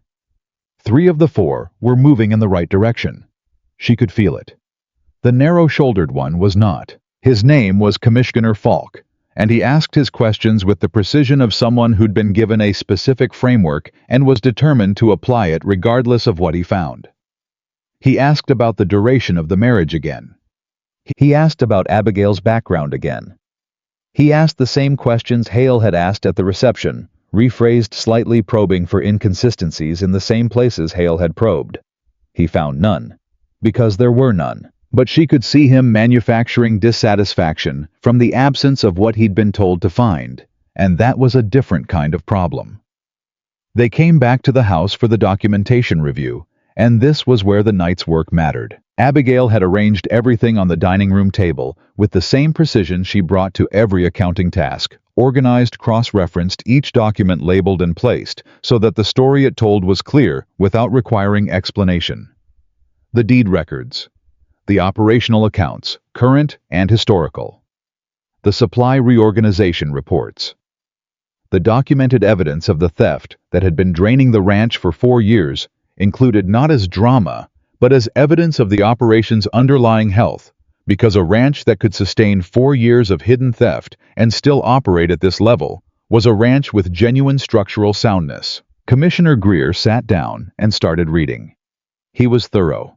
He spent 40 minutes with the documents while the other 3 commissioners moved around the room, some sitting, some standing, all of them forming impressions. Dottie brought coffee and biscuits without being asked, and moved through the room with the authority of someone who'd been feeding people in this house for 20 years, which was its own kind of testimony. Pete appeared at the doorway with a question about the afternoon fence rotation, directed it to Abigail specifically, and she answered it without breaking the flow of the room. Naturally, practically. The way someone does when the operation is genuinely theirs to manage. She didn't stage it. She didn't even fully register it until she saw Commissioner Greer look up from his documents and watch the exchange with the evaluative expression of a man checking something off an internal list. The narrow-shouldered Falk noticed it too. "You've taken a significant role in the operation," he said to Abigail when Pete had gone. The statement carried a question beneath it. "I take the role that needs taking," she said. "Same as anyone who belongs somewhere." "In a month," he said. "In a month," she agreed. "Some people spend years in a place and never belong to it. Some people know inside of a week." She met his eyes without aggression. "I imagine you've seen both." He looked at her steadily. Said nothing. It was Greer who shifted things. He set down the last document, looked at Luke across the table and said, "Mr. Calloway, I'm going to be direct with you." "I'd appreciate that," Luke said. "The concerns that have been brought to this commission regarding your property have been, in my view, largely manufactured." He said it plainly without drama, the way a man says something he's been sitting on for a while and has decided to stop sitting on. The stability clause was written to protect against genuine dysfunction in the management of contested land. "What I see here," he gestured at the documents at the room at the whole of what the morning had assembled, "is not dysfunction." Falk made a sound. Not a word, a sound controlled and insufficient. Greer looked at him. "You have a different reading, Commissioner." "I have questions about the timeline," Falk said. "The marriage is recent. The circumstances are." "The circumstances," Greer said with the calm authority of a man senior enough not to need to raise his voice, "are that this ranch is well managed, financially sound, and operated by two people who demonstrably know what they're doing." He picked up the theft documentation. "This alone, finding this, addressing it, cleaning up the books. This is not the work of people who aren't serious." He looked at Abigail. "This is the work of someone who cares about the place." Falk pressed his mouth together. It was the expression of a man recalibrating, not conceding. There was a difference, and she marked it. "The clause requires a family structure," Falk said. 1 month is. "The clause requires evidence of stable long-term management commitment," Greer said. "Read it again, Franklin. The word family appears once in a subordinate clause as an example rather than a requirement." He set the document down. "I've read it. Have you?" The room was very still. Falk had read it. She could see the moment he registered that Greer was right, the fractional tightening around the eyes, the rapid internal adjustment. He had not, she suspected, actually read the clause carefully. He'd been given a conclusion and sent to find support for it, and the support wasn't holding. She didn't let herself feel relief yet. Relief was for after. The 4 commissioners stepped out of the house for 30 minutes to confer. Luke and Abigail sat at the dining room table with the documentation spread between them and didn't speak very much. She watched his hands on the table, steady as they always were, and thought about what he'd said in the kitchen that morning, that he wanted to tear up the contract right now, and thought about what she'd said back, that they should save the ranch first. First. She'd said first. "Whatever they decide," Luke said quietly. "I meant what I said last night." "I know you did." "And what you said at the reception." "I meant it," she said, simply. He looked at her. "Then we're past pretending." "We've been past pretending for a while," she said. "We just couldn't say it yet." He reached across the table and covered her hand with his, the same way he'd taken her hand in the carriage, sure, warm, without hesitation. And she turned her hand over and held on, because there was no longer any reason not to. They were still sitting that way when the commissioners came back in. Greer spoke. "Calloway Ranch meets the requirements of the Stability Clause under the Land Commission's charter. The grazing rights registered to your father will remain with the property effective immediately." He looked at Falk, who said nothing, and then back at Luke. "Congratulations, Mr. Calloway." Luke stood, shook Greer's hand. said thank you with the controlled quietness that meant he was feeling something much larger than he was expressing. Abigail stayed seated for a moment. She sat with the fact that it was over the month. The fight. The long, careful work of building something real inside the frame of something that had started as pretend. All of it had arrived at this table in this room, and the answer was the one they'd earned. She felt it move through her, not triumph, nothing that loud. Something quieter and more lasting. The satisfaction of having done a difficult thing correctly. Then she stood up and shook Arthur Greer's hand, and he held it for a second before letting go, and said, "I hope you'll stay, Mrs. Calloway. This territory needs more people who read the actual documents." She smiled. "I intend to," she said. It was the first time she'd said it out loud to anyone other than herself. The commissioners left by mid-morning. The ranch absorbed the news the way it absorbed everything, through work, through the steady rhythm of people doing what the day required of them. Pete heard the result from Luke directly and delivered it to the other hands with the suppressed enthusiasm of someone who'd been more invested in the outcome than he'd let on. Dottie received the news in the kitchen and said good, and then immediately returned to whatever she'd been doing, which was as close to celebration as Dottie got. Clara Holt rode out from her own property that afternoon, unannounced, which Abigail suspected had been planned for a while. She sat down at the kitchen table and said, "Victor Hale left for Helena this morning, early, before the commissioners had even ridden out to your property." She looked at Abigail with the particular directness she'd shown at the gathering. "He knew." "What did he know?" Abigail said. "That it hadn't worked. Whatever he'd been told to expect last night, he came back from the reception and made arrangements to leave by morning." Clara wrapped her hands around her coffee cup. "Which means he had more riding on this than just the land. And when it went the wrong way, he had reason to move quickly." Abigail thought about that. The forged documents. Clara raised her eyebrows. "The syndicate's case against the land rights was built on documents they manufactured," Abigail said. "I haven't been able to prove that yet, but the pattern in the commission's paperwork, the way the opposing claims were worded, the specific timing someone wrote those documents who understood land law, and they wrote them to fit a conclusion rather than to describe a fact." She looked at Clara. "If Hale left this morning, he left because he knew that case wouldn't survive a direct challenge, and a direct challenge was going to come." Clara studied her. "You've been building that challenge." "I've been collecting the pieces," Abigail said. "I didn't have all of them yet." "What are you missing?" "The original deed transfer documentation from 20 years ago," she said. "Luke's father's records. We have copies, but not the originals. If the syndicate manufactured their claim, they needed to work around what's in those originals.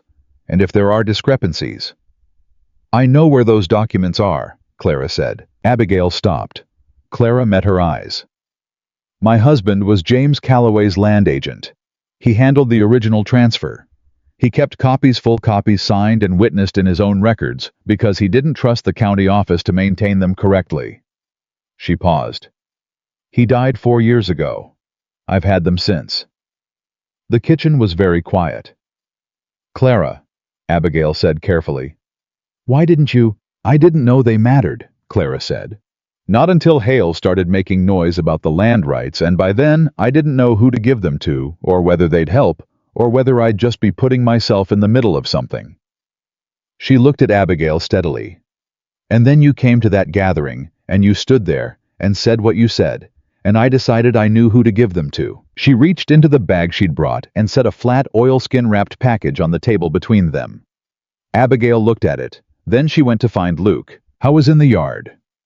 He came back to the kitchen and read the documents Clara had brought, every page twice, with the focused attention of a man who'd been waiting a long time for the thing he was looking at. When he was done, he set them down and looked at Clara Holt with the expression of someone who'd just had a debt named that he hadn't known he was carrying. "Your husband was a good man," he said. "How was?" Clara said. "And he knew your father was too." She stood. "You should take those to the territorial attorney.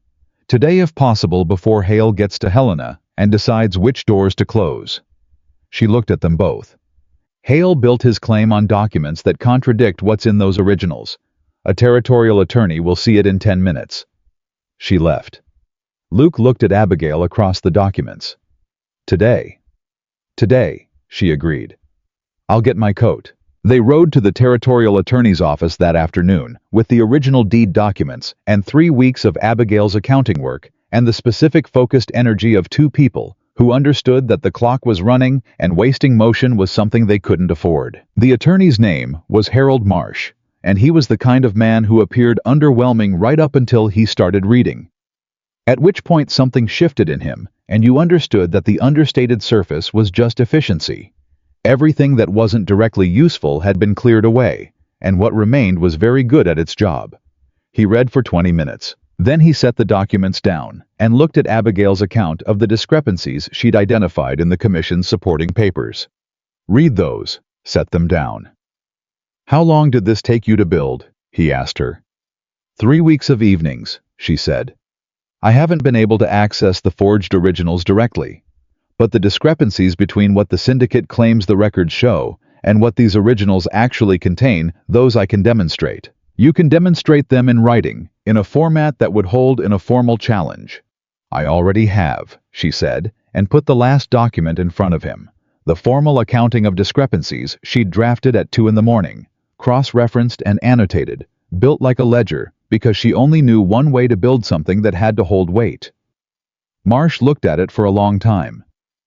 Mrs. Calloway, he said, what did you do before you came to this territory? I kept books, she said, for a boarding house. He looked at the document in his hands. You have a remarkable talent for making things impossible to argue with. Numbers don't argue, she said. They're just true. He filed the formal challenge against the syndicate's land claim that afternoon with the original deed documents attached and Abigail's discrepancy accounting as the supporting exhibit. He told them it would take 2 to 3 weeks for a formal response, and that, in his considered opinion, delivered with the understatement of a man who'd long since stopped performing confidence. He actually possessed the syndicate's legal team was going to have a very unpleasant few weeks. Victor Hale was served the formal challenge in Helena 3 days later. His attorney sent a response within the week. The response was in Harold Marsh's words, the work of people who knew they'd already lost and were negotiating the terms of that loss. The syndicate's claim collapsed formally within the month.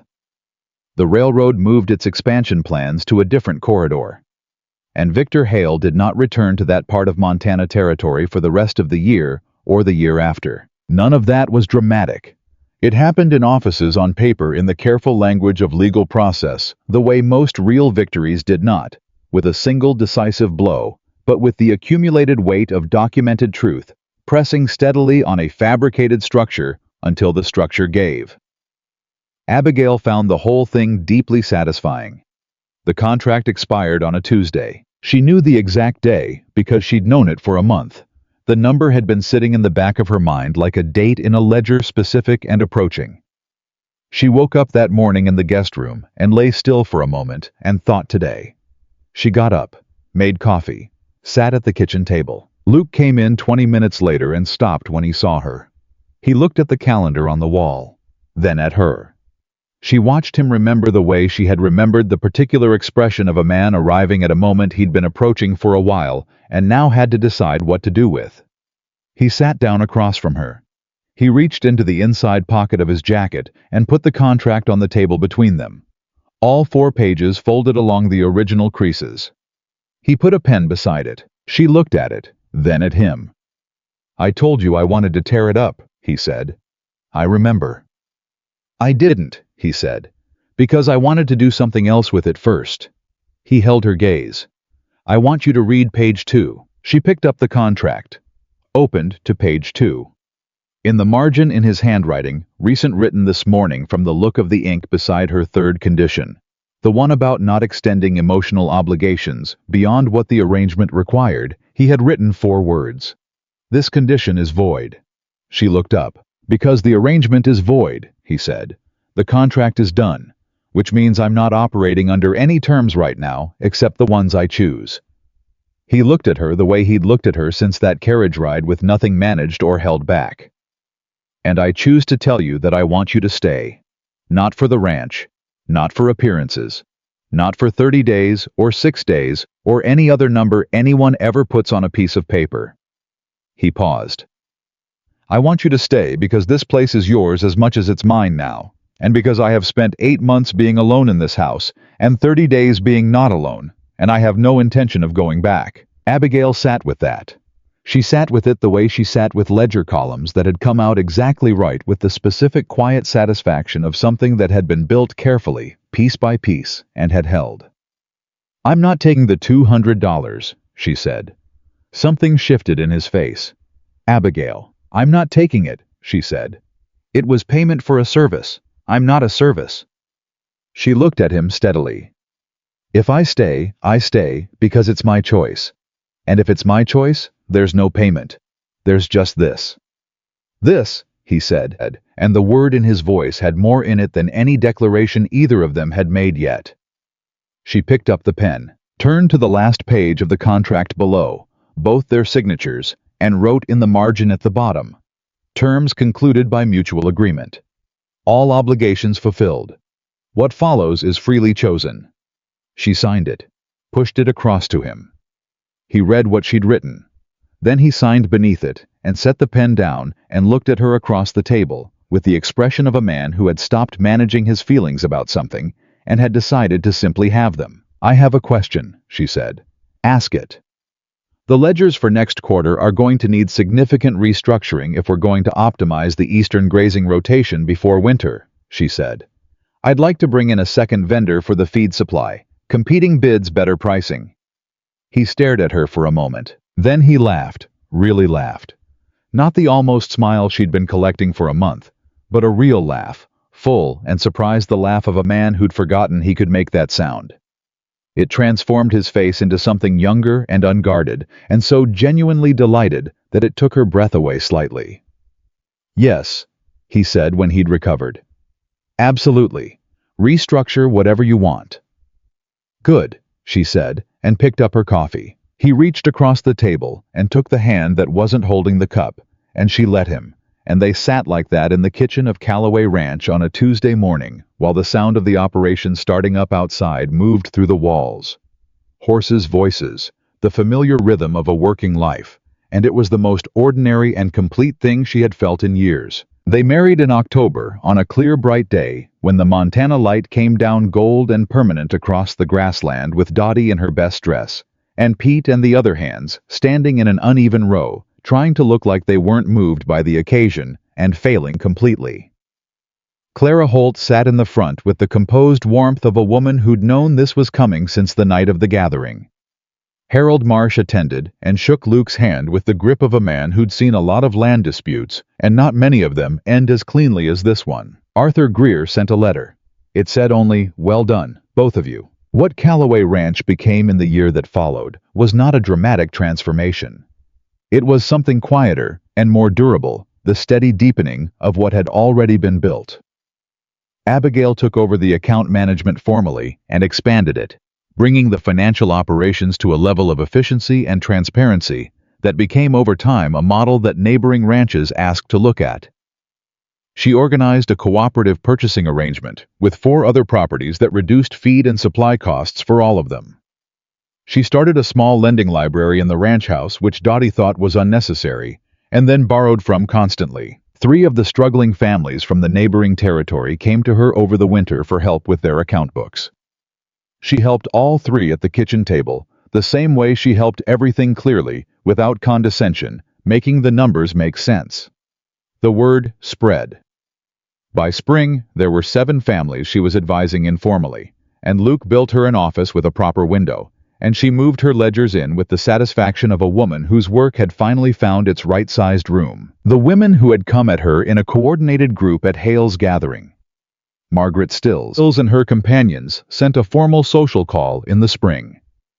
Abigail received them at the ranch house with coffee and Dottie's biscuits and the particular gracious composure of someone who had nothing to prove and no longer needed to. The visit was cordial. She was not and never became their intimate friend. But the territory was small and practical people found practical accommodations, and by summer they had arrived at the specific Montana version of mutual respect that didn't require warmth, only honesty. On a warm September evening, a year after the day he'd handed her a pen and asked her to read page 2 of the contract, Luke came to find her in the office where she was finishing the year-end accounts. He set a leather-bound journal on the desk in front of her. She looked up. "Open it," he said. She opened it. Inside the front cover, pressed flat and preserved carefully, were all 4 pages of the original contract. Across the front of it, in his handwriting, were 3 words, "No more pretending." She looked at it for a long moment. Then she looked at him. "You kept it," she said. "I wanted to remember what we started with," he said, "so we'd always know how far we came from it." She picked up her pen, turned to the page where he'd written his 3 words, and wrote beneath them in the clean, even hand of a woman who had spent her whole life making sure the numbers told the truth.